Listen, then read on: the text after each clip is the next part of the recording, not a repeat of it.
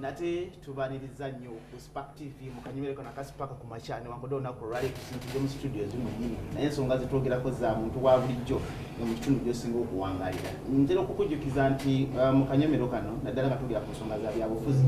tuba njagala nnyo okujjukiza nti ebbanga ligenze lyeyera 2026 asemberedde okuva 2021 mpaka 2026 ye ebbanga lya myaka ndowooza 5 ndamba naye kyolina okumanya nti ssemateeka owali 1995 naye bategera bwe kyali yatuddiza obuyinza nti oluvannyuma lw'emyaka 5 akuddiza obuyinza mu mikono gyo okulonda omukulembeze omujja nga oli waddemu okusalawo okujjayo yaliyo oba okulekayo yenyini abaddeyo naye kino kikolebwa mu ngeri yakwegendereza nnyo kubanga kyosalawo omukulembeze gw'oba olonze yensobi oba omukisa gw'oba weewadde okutereeza eggwanga lyo. Kale tutwala akadde nga twegattiddwako ne bannaffe bannakyewa okulaba nga tutereeza ensobi bwala zakolebwa mu kulonda kuli okwasooka okulonda kuno okusemberedde zirimu okuddibwamu. Olunaku olwaleero ndi n'omwami aludde ebbanga nga yeetegereza ensonga zino ez'ebyokulonda omwami John Segujja avudde mu bannakyewa bannaffe ba kodi kyembasomyeko ekitonotono nti musinganye okumanyika eyo obuwero gye mwatandikira wadde mubunye eggwanga lyonna lyonna tumanyikiddwa mugoberera ensonga zino ez'ebyokulonda n'okuzitereeza mu maaso gye zinajja tulema okuddamu ensobi ziri zetwasookamu oba olyawo buza kubatulaba neyanziza nnyo omukisa gw'ompadde njagala okubuuza ku batulaba mwenna mbalamusiza nnyo mwebala emirimu gye mubituusaako engalo ng'omukulu bwayanjudde njagala okwebaza management ya Spark esobodde okunkyaza wano nange mbeeko kyenjogera eri eggwanga webale nnyo nga tugende straight ku nsonga za byakulonda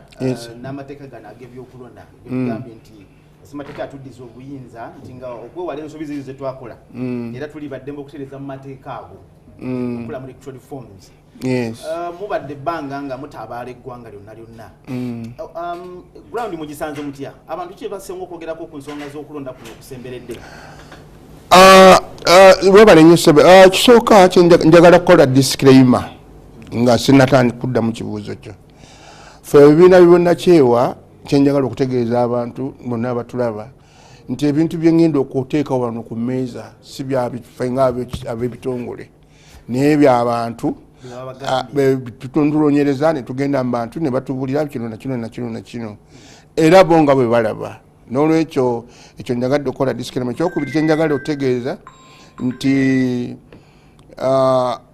ng'ebitongole byonna bingi nga nekyaffe mukitwalidde tuli scattered mu ggwanga naye nga tubugirirwa ekitongole kyaffe ekya Uganda National NGO Forum kyekitutwala. Nga zira mu kibuuzo kyo tubadde nga tujja buli cycle ya election nga twebuuza ku bantu nga bavaayo n'ebirowoozo. Ojjukira bwe tuba tugenda okunatera okulonda wabeerawo kye bayita electoral commission electoral gundi reform okuddabulula amateeka agatekwatagana n'okulonda era nga wavaayo n'ensonga ne bazirambika bulungi nti ffe ng'abantu tulaba kino kyandibadde bwe kiti. Naye kibadde kijja nga kiddayo buli tuddayo abantu badde nga boogera nnyo ku nnonda y'akakiiko k'ebyokulonda nga bagamba nti akakiiko k'ebyokulonda kandibadde independent era ekintu ekyo okwongerako ekya independent kyabaera mu bintu bye twanoonyerezanga luli yalinga electoral commission naye kati kuliko n'akagambo independent akagambo naye nga mu reality independence abantu bakola ki bagibuusabuusa. Era ne mu strategic plan ya electoral commission waliwo we bagambira nti obuzibu balina ku challenges nti bw'abantu okuba nti obwesige bwali bukendedde mu kakiiko kati abantu kyeba bagamba ne chairman wa electoral commission ne commissioners lwaki tebabeera appointed oba by Judicial Service Commission kati ye mukulu nasako obusa mukono nga bali vetted properly nga bwe kiri e Kenya than omuntu kandi kati gwe nkulunzi. Ekyo kimu.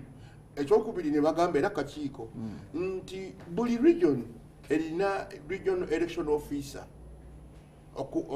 abugiriza region yeyo. Naye nga bagamba nti naye ng'ogyeko bano member parliament ne bano aba local governments tinene ekifo kiri ekyoba president results zibeere nga zibeera declared at regional level. So si no nti okukuŋŋaanya se Kyambogo so si kikujjayo paka Kyambogo muluganda nti ab'Egindi. So ekyo nakyo abantu bakyogera era kyalimu mu gundi. Ekirala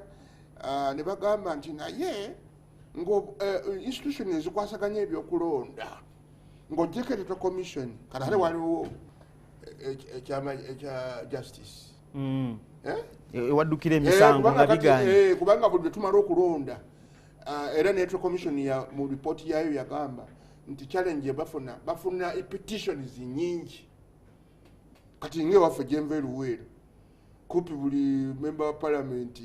eyawangula bamupetitioninga era ne bagenda mu kooti nga bawakanya nga bawakanya abantu babeera n'obutali butamativu kisegedde. So cases nyingi abantu baddayo mu makooti n'olwekyo ne bagamba nti ne chief justice ono ennonda ye naye efaananeko okengeya chairman wa electoral commission nti aleme kubeera nti nno appointment authority eriemu. Okay, ekyo nakyo ne kibeeraawo. Ebirala ne bagamba nti mu kulonda kuno wateekebwewo etteeka ekkakali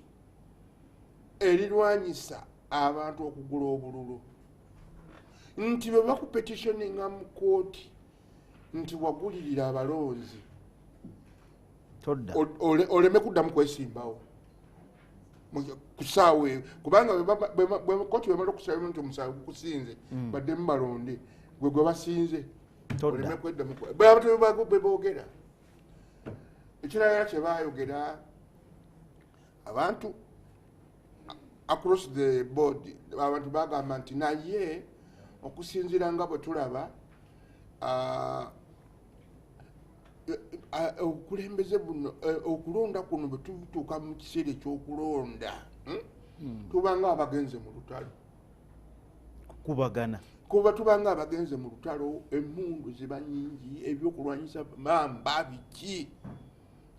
kwegamba abantu abamu ne batuuka n'okutya okugenda okulonda. Kankuwa ekyokulabirako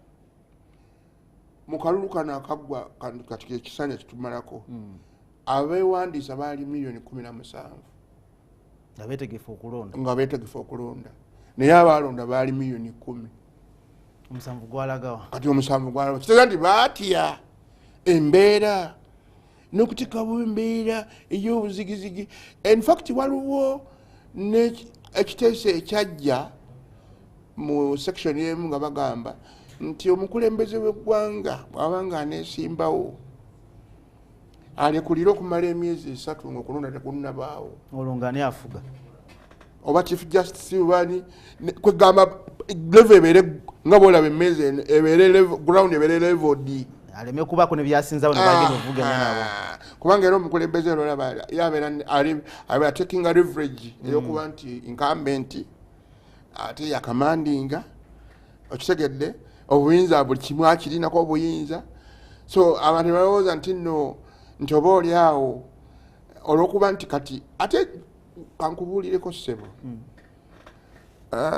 tobalaba abo abeesimbawo obuyinza obuli mu constitution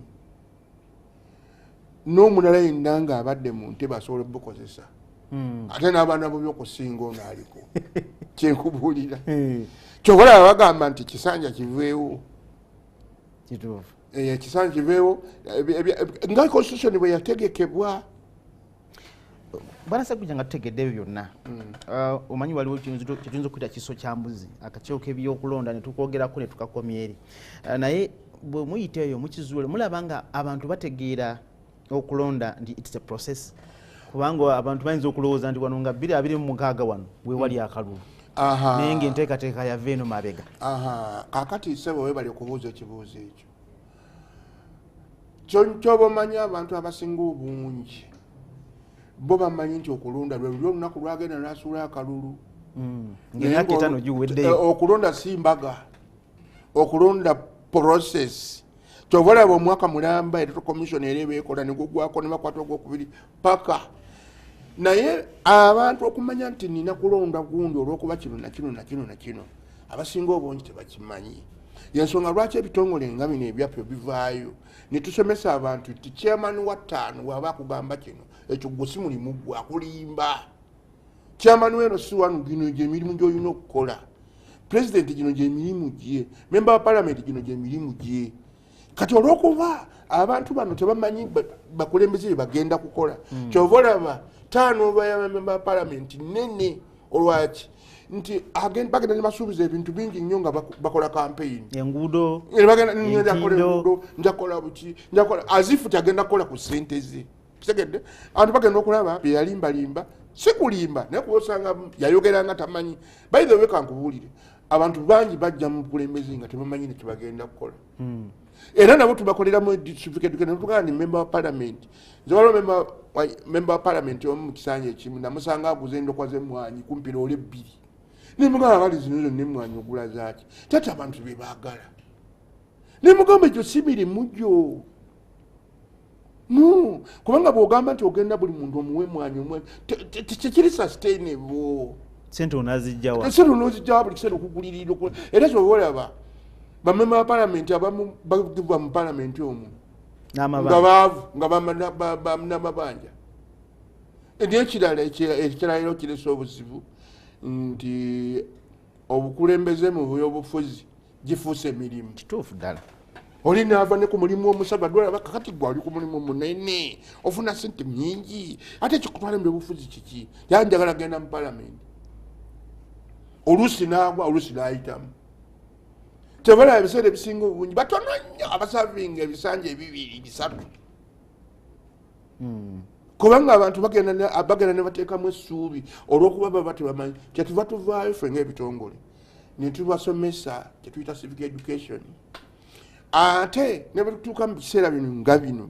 byetulimu ne tukola kye bayita voter education. Lwaki kubanga bw'omala okukola bwe tukola vote education abantu bategeere ekyokukola kati gwe tunuulira kati obululu obwafudde n'ekisolo lwakuba maybe tewaliwo vote education kwali mu kupapirira omuntu n'atikinga emirundi 2 omulala n'akyamukirira oluusi n'akazingawo nga tataddeko kintu kyonna n'akuteeka enkinkumu wakati nekikulosinga mu bubokisi ako kaba kafu. Yensonga lwaki tuvaayo tusomesa abantu first okumanya eddembe lyabwe okumanya lwaki balonda nani gwe balina okulonda omutuufu si buli ajja ku laali nti ngenda kubayamba nti ddala bagenda bayamba kitegeera mwana wa gundi ate n'ekirala nze kinewunyisa nti abantu kakati omanye ogenda n'onenya abakulembeze naye n'abalonzi bennyini nabo basobu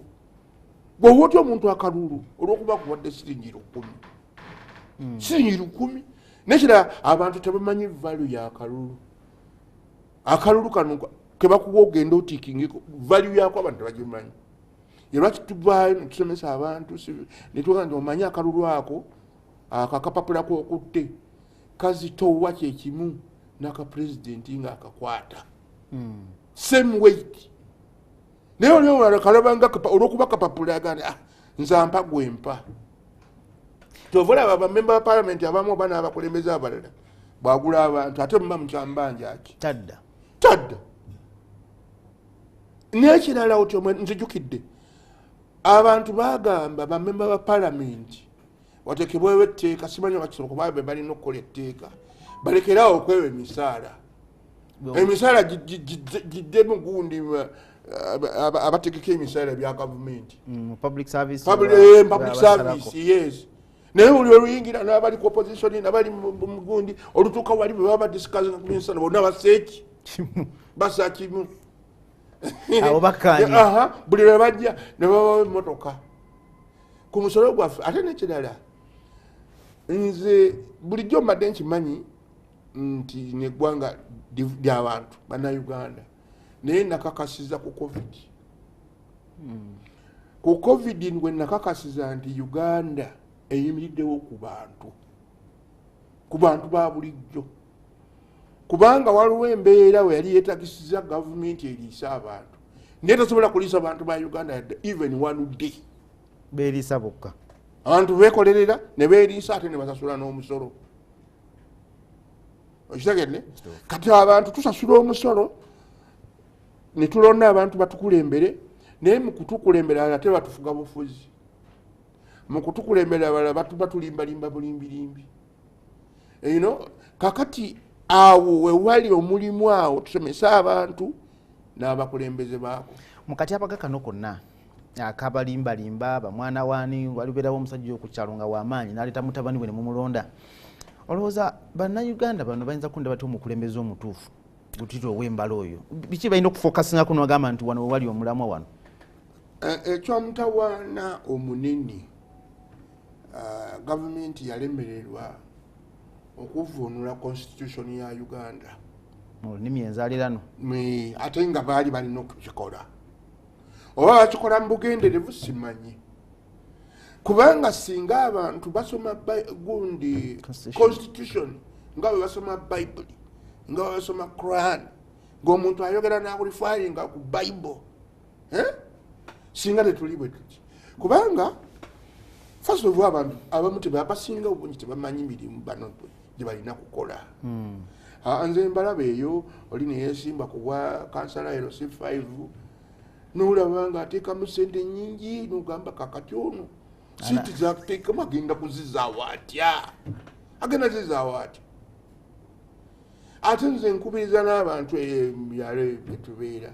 bala abantu mubagamba mbu tebakoze naye bambi ebintu batuuka ebyo biba birala abasinga obungi bagenda okukola campaign waliwo zekiri eyo njakola kino njakola kiri